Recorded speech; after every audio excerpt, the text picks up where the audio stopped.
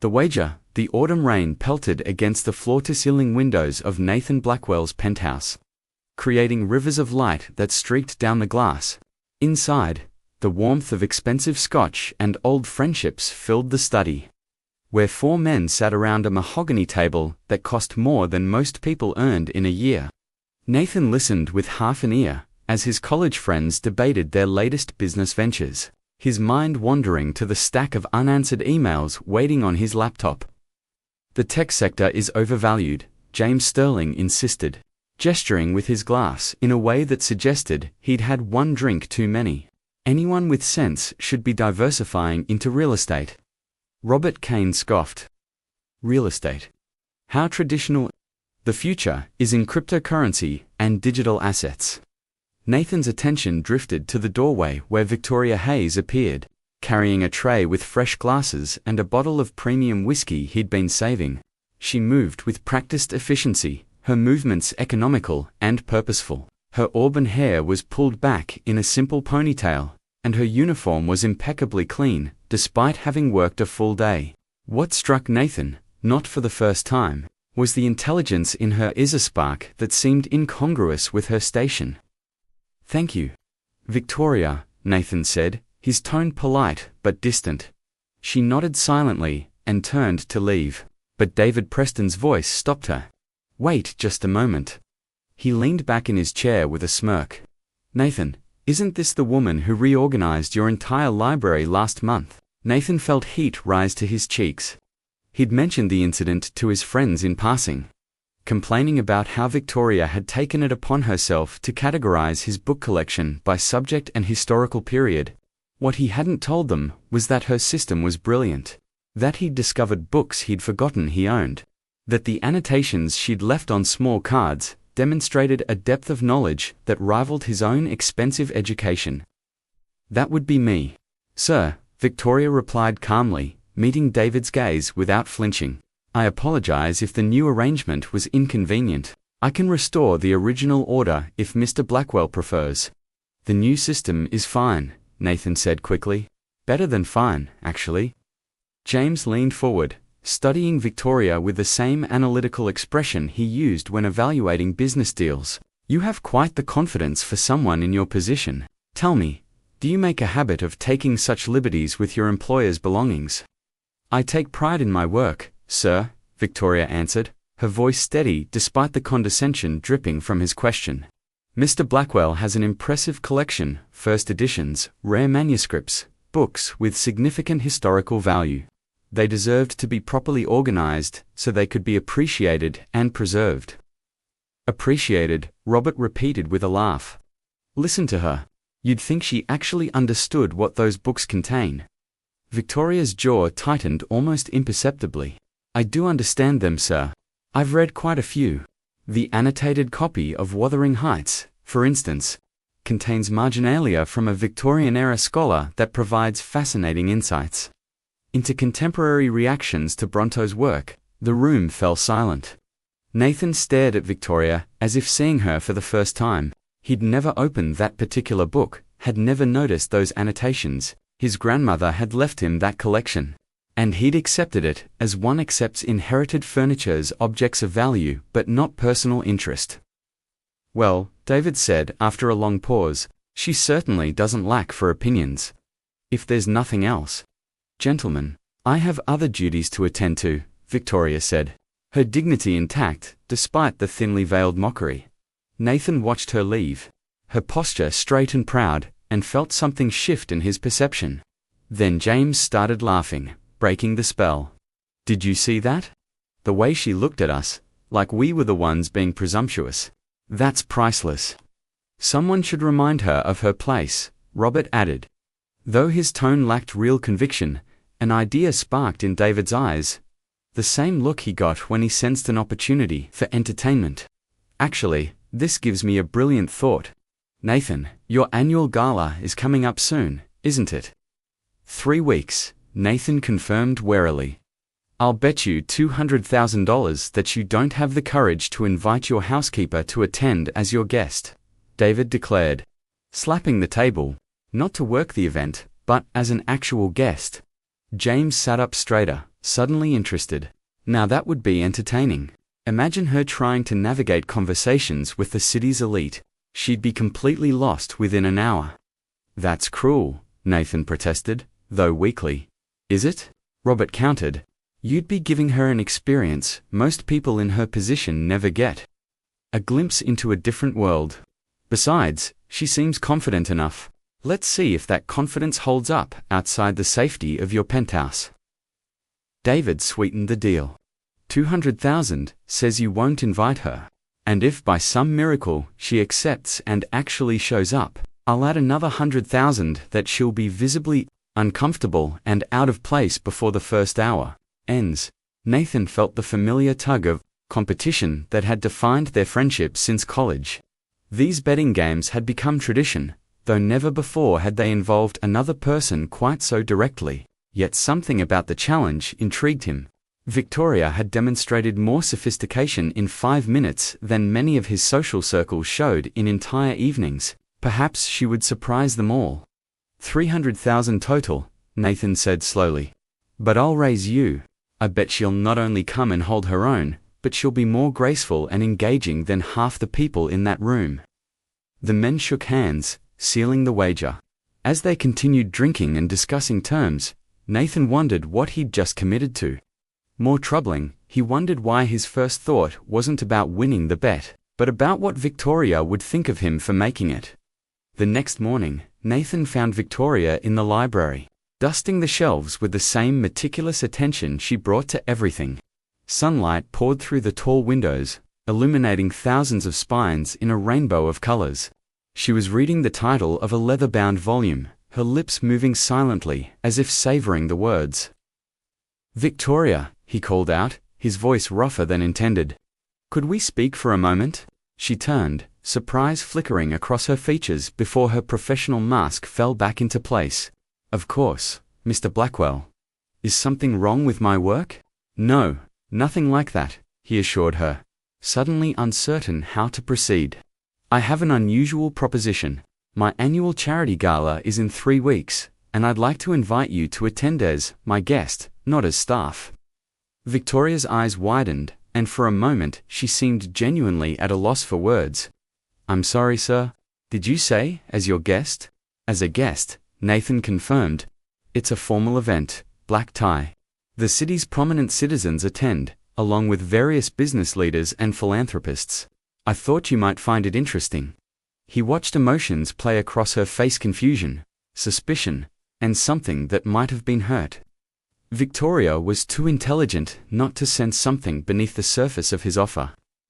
Mr. Blackwell, she said carefully, I appreciate the invitation, but I'm not sure it would be appropriate. There's a certain boundary between employer and employee that should probably be maintained. I understand your hesitation, Nathan replied, meaning it, but I'd like you to consider it anyway. You've worked here for 3 years, and I've come to respect your knowledge and perspective. You deserve an evening of culture and fine company as much as anyone else who will be there. Victoria studied his face, her dark eyes searching for hidden motives. Is this some kind of social experiment? Because I should tell you, Mr. Blackwell, I'm not interested in being anyone's entertainment. Her directness caught him completely off guard. She'd seen right through him, or close enough to make Nathan acutely uncomfortable. The guilt he'd been suppressing since making the bet rose up in full force. You're right to be suspicious, he admitted, unable to lie directly to her face. The invitation did originate from a conversation with my friends, but that doesn't make it insincere. I genuinely would like you to be there. To prove something to your friends, Victoria concluded, her arms crossing. They bet you that I couldn't fit in with your social circle, that I'd embarrass myself, and, by extension, you. Nathan couldn't meet her eyes. The accuracy of her assessment stung more than he'd expected. Let me guess, Victoria continued, her voice carrying an edge now. They think I'll show up in some cheap dress, say the wrong things, use the wrong fork, and confirm all their prejudices about people who work with their hands instead of pushing papers. Something like that, Nathan confessed quietly. To his complete surprise, Victoria laughed a short, bitter sound. At least you're honest about it. Most people would have made up some elaborate story about appreciating my service or wanting to show gratitude. She paused, considering. If I agreed to this, and I'm not saying I will, what exactly would you expect from me? Just be yourself, Nathan said. Show them that grace and intelligence aren't determined by job title or bank account. Victoria shook her head slowly. You're asking me to represent everyone in my position, to prove we're worthy of respect. That's a heavy burden to place on someone's shoulders for an evening's entertainment, Mr. Blackwell. You're absolutely right, Nathan said, feeling ashamed. This was a terrible idea. Please forget I mentioned it. He turned to leave, but Victoria's voice stopped him. Wait, she said. I didn't say no. Nathan turned back, hope and apprehension warring in his chest. I'll accept your invitation, Victoria declared, her chin lifting slightly. But I have one condition. Win or lose your bet, you donate double the amount to the Arts for Youth program at the community center on 5th Street. They desperately need funding for supplies and instruction. Nathan stared at her, impressed despite himself. That's your condition. Not a new wardrobe or a bonus. I have a dress that will serve perfectly well, Victoria replied. And I don't need your money, Mr. Blackwell. But those children need access to art and music education, and if my attendance at your party can help provide that, then I'll endure an evening of judgment from your friends. Done. Nathan agreed immediately, extending his hand. You have my word. Victoria shook his hand firmly, her grip confident and sure. As their hands touched, Nathan felt an unexpected jolt of awareness, not just attraction. Though he had to admit she was striking in her natural, understated way, but recognition. For the first time in 3 years, he was truly seeing her as a complete person rather than simply the woman who maintained his household. I should warn you, Victoria said as she released his hand. I won't pretend to be something I'm not. If your friends expect gratitude or deference, they're going to be disappointed. Nathan smiled genuinely for the first time in days. I'm counting on it. As Victoria returned to her work, Nathan left the library feeling a strange mixture of anticipation and dread. He'd set something in motion that he didn't fully understand. A chain of events that might reveal far more about himself than about Victoria Hayes. The bet had seemed simple when he'd made it. But now, watching Victoria's quiet dignity as she cared for his books with more reverence than he'd ever shown them, Nathan wondered if he was the one who would learn the most important lessons that night. Hidden depths. Victoria Hayes sat in her small studio apartment, staring at the cream-colored envelope containing Nathan Blackwell's formal invitation to the gala. 3 weeks had passed since their conversation in the library, and the event was now only 2 days away. She'd said yes in a moment of defiance, but now doubt crept in like fog through a cracked window. Her apartment was modest but carefully curated, a reflection of who she truly was beneath the uniform she wore 5 days a week. Books lined makeshift shelves constructed from cinder blocks and reclaimed wood. Art prints she'd collected from museum gift shops decorated the walls, each one chosen for personal significance rather than monetary value. A small desk by the window held her laptop and stacks of notebooks filled with her writing, sketches, and half-finished research papers from her incomplete degree. The phone rang, breaking her reverie. She smiled when she saw the caller ID.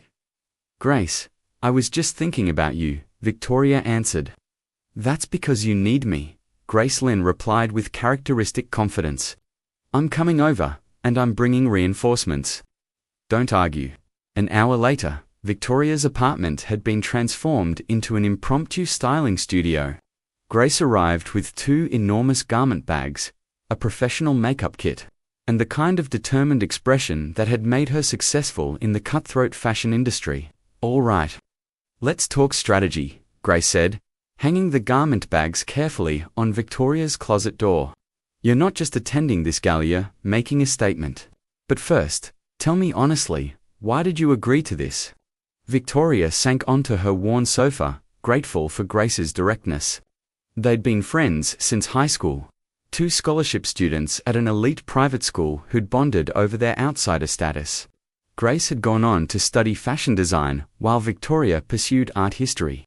But their friendship had remained constant through every twist their lives had taken.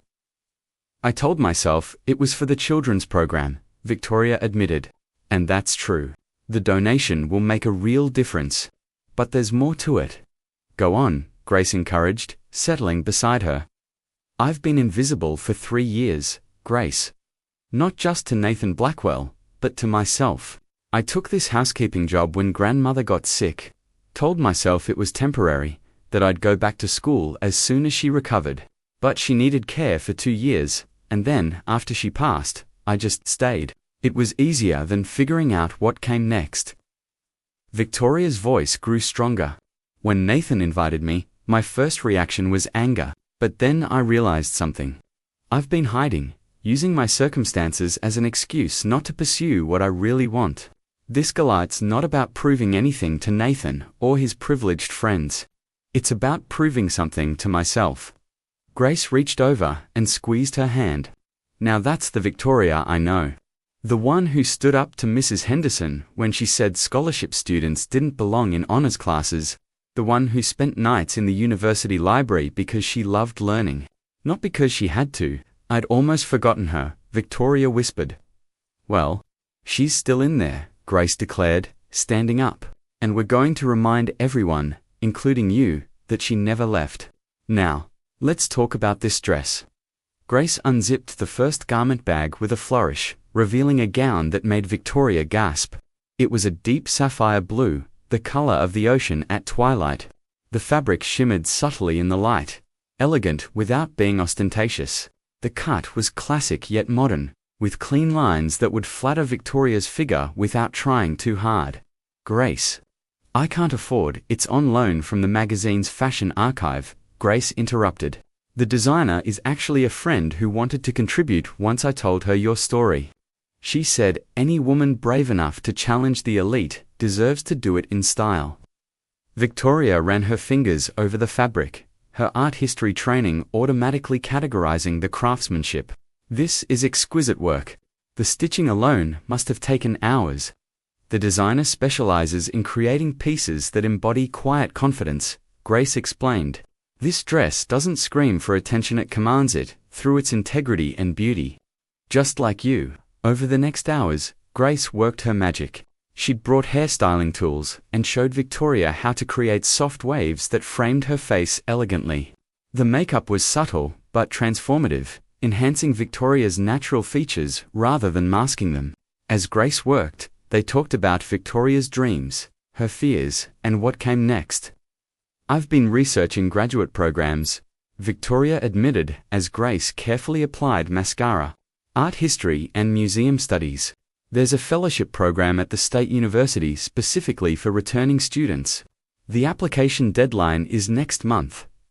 Are you going to apply? Grace asked.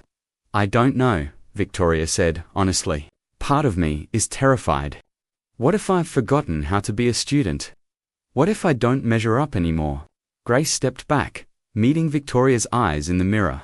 Vicky, you read academic journals for fun. You've taught yourself 3 languages by checking out library books. You can identify artistic periods and techniques that most people with graduate degrees couldn't recognize. You didn't stop being a scholar just because you stopped being enrolled. But practical matters, Victoria protested. Tuition, living expenses, which is why you work while you study. Like thousands of other students do, Grace countered. You're not afraid of hard work. You're afraid of hoping for something better and failing. The truth of those words hit Victoria squarely in the chest. Grace was right. Somewhere along the way, she'd stopped believing she deserved more than survival. The gala invitation, as manipulative as its origins might have been, had cracked open a door she'd kept firmly closed. When did you get so wise? Victoria asked with a watery smile.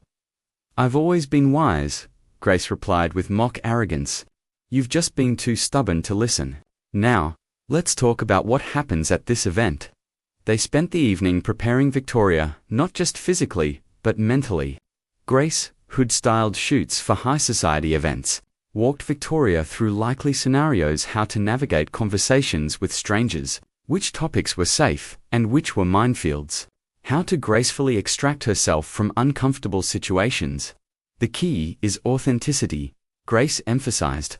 Don't try to imitate them or pretend to be something you're not. Your intelligence and genuine passion for art and literature are your greatest assets.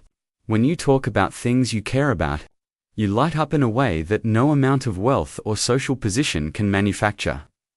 Victoria practiced introducing herself, tested various conversation openers, and worked through her anxiety about the inevitable questions about what she did for a living.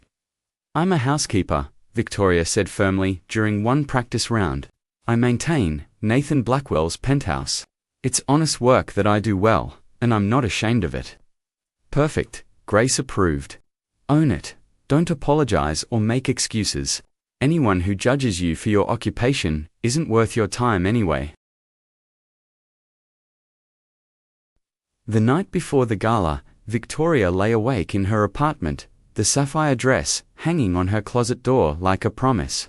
She thought about Nathan Blackwell and tried to understand him. In 3 years of working in his home, she'd observed him carefully, not with any romantic interest, but with the same curiosity she brought to studying art. What motivated someone who had everything yet seemed genuinely empty? She'd seen the loneliness in his eyes during those Friday evening gatherings with his friends. The way he sometimes stared out the windows as if searching for something he couldn't name. She'd noticed the books he never read, the art he never truly looked at, the expensive possessions that surrounded him but brought no apparent joy. Victoria had assumed, in the beginning, that wealthy people were simply different, that they found fulfillment in ways she couldn't comprehend. But 3 years of proximity had taught her otherwise. Nathan Blackwell was as lost as anyone she'd ever met, perhaps more so because his wealth insulated him from the necessity of finding real purpose. The bet his friends had made wasn't surprising. It fit perfectly with the casual cruelty she'd witnessed during their gatherings. The way they spoke about people as assets or liabilities. The way they reduced human complexity to transactions and entertainment. What did surprise her was Nathan's visible discomfort with the arrangement, and his honesty about its origins. That honesty had been what ultimately convinced her to accept. A truly callous person would have lied, would have dressed up the invitation in false nobility. Nathan's admission that the bet existed, coupled with his obvious shame about it, suggested something redeemable beneath the privileged exterior. Victoria finally drifted off to sleep with a plan forming in her mind. She would attend the gala, fulfill her agreement, and ensure the children's program received its funding. But more than that, she would reclaim a part of herself that had been dormant for too long. The woman who'd once stayed late in university libraries, debating artistic movements and historical contexts with professors who respected her. Insights that woman deserved to re-emerge. The morning of the gala, Victoria went to the penthouse as usual, completing her regular duties with the same attention to detail she always brought. Nathan was visibly nervous when their paths crossed in the hallway. "Everything is ready for this evening," he said awkwardly. "The car will pick you up at 6:30. Your name is on the guest list." "Thank you," Victoria replied professionally. "I'll see you there, Mr. Blackwell." "Nathan," he corrected quietly. "After tonight, I think we're past formalities." Victoria studied him for a moment, seeing the anxiety and hope warring in his expression. "All right, Nathan, I'll see you tonight." That afternoon, Grace arrived at Victoria's apartment for final preparations. As Victoria slipped into the sapphire gown, and Grace added the finishing touches to her hair and makeup, Victoria felt a transformation that went beyond appearance. She was stepping back into herself, reclaiming the confidence and sense of purpose that had defined her before life's complications had derailed her path. "You look absolutely breathtaking," Grace said, her eyes bright with emotion. "But more importantly, you look like yourself. The real you." Victoria turned to the mirror and barely recognized the woman staring back. Not because she looked so different, but because she looked so right. The dress, the styling, the careful makeup, they weren't creating a false image. They were revealing the person she'd always been underneath the uniform and the diminished expectations. "I'm terrified," Victoria admitted. "Good," Grace replied. It means you care. It means this matters. Now go show them who Victoria Hayes really is. As the car service arrived to take her to the Grand Metropolitan Hotel, Victoria took one last look around her apartment at her books, her notes, her unfinished dreams. Tomorrow, she decided, she would complete that fellowship application. Tomorrow, she would begin the process of returning to the life she'd put on hold. But tonight, she would walk into that ballroom with her head held high and remind herself, more than anyone else, that her worth had never been defined by her circumstances. The car wound through city streets as twilight painted the sky in shades of purple and gold. Victoria watched the buildings pass, her heart pounding with anticipation and determination. She thought about the children she tutored at the community center, about the joy in their eyes when they discovered a new book or created their first piece of art. She thought about her grandmother, who'd always believed Victoria was destined for something meaningful. You have a gift, her grandmother used to say. Not just intelligence, Mia, but heart. Never forget that your worth comes from who you are, not what others think of you. As the car pulled up to the hotel's elegant entrance, Victoria took a deep breath. Through the glass doors, she could see the glittering ballroom beyond, filled with the city's elite in their finest attire. This was her moment not to prove anything to Nathan or his judgmental friends, but to prove to herself that she'd never stopped being worthy of every dream she'd ever dared to have. The driver opened her door, and Victoria stepped out into the cool evening air.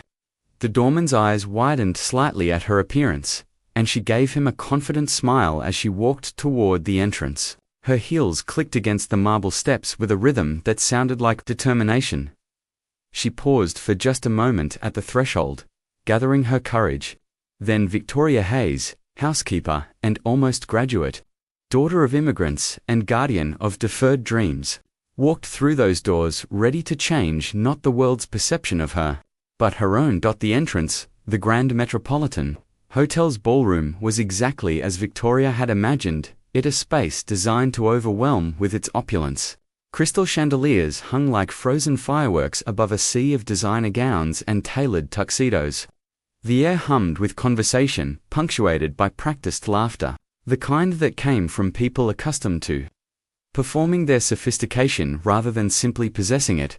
Victoria stood in the entrance, and for a heartbeat, she felt the weight of every eye in the room turning toward her. The conversations didn't stop exactly, but they shifted, voices lowering, heads tilting, curious gazes assessing this newcomer, who'd dared to enter their exclusive domain. She'd prepared for this moment with grace, practiced the confident walk, the composed expression, but nothing could have fully prepared her for the reality of hundreds of privileged strangers evaluating her worth in seconds. Victoria felt her heart race, felt the instinctive urge to turn around and flee. Then she remembered the children at the community center, remembered her grandmother's unwavering belief, remembered every dream she'd deferred. She lifted her chin slightly and walked forward with purpose, the sapphire dress catching the light with each step. Nathan Blackwell stood near the center of the ballroom, with his 3 friends, all of them holding drinks and wearing expressions of barely concealed anticipation. When Nathan saw her, his face transformed surprise, giving way to something that looked remarkably like awe. Victoria crossed the room with measured grace, ignoring the whispers that followed her path. She'd decided during the car ride that she wouldn't shrink or apologize for her presence. She belonged here as much as anyone else, not because of wealth or status, but because she was a human being worthy of respect. "Good evening, Nathan," she said when she reached him, her voice steady despite the butterflies rioting in her stomach. "Victoria," Nathan breathed, seeming momentarily at a loss for words. "You look absolutely stunning. I'm so glad you came." "Wouldn't miss it," Victoria replied with a slight smile. She turned to his friends, who were staring at her with varying degrees of shock. "Good evening, gentlemen. I believe we've met before, though the circumstances were quite different." James Sterling recovered first, though his usual smugness had been replaced by genuine surprise. "Miss Hayes, I hardly recognized you. You're quite transformed from our last encounter." "Funny how context changes perception," Victoria observed pleasantly. "But I assure you, I'm the same person who reorganized Nathan's library, just wearing a different dress. Before anyone could respond, a distinguished woman with silver hair and sharp, intelligent eyes approached their group. Victoria recognized her immediately from photographs in the arts section of the newspaper. Catherine Winters, founder of the Winters Arts Foundation and one of the city's most respected philanthropists. Nathan, darling, Catherine said, kissing Nathan's cheek before turning her attention to Victoria. You must introduce me to your companion. I don't believe we've met, and I make it my business to know everyone worth knowing in this city. Mrs. Winters. This is Victoria Hayes, Nathan said, and Victoria noted with approval that he didn't immediately identify her as his housekeeper. Victoria, Catherine Winters founded the city's most important arts education foundation. Victoria extended her hand confidently. Mrs. Winters, it's an honor. I read about your foundation's recent initiative to bring museum programming directly into underserved schools. The approach is innovative. Instead of waiting for children to come to culture, you're taking culture to them.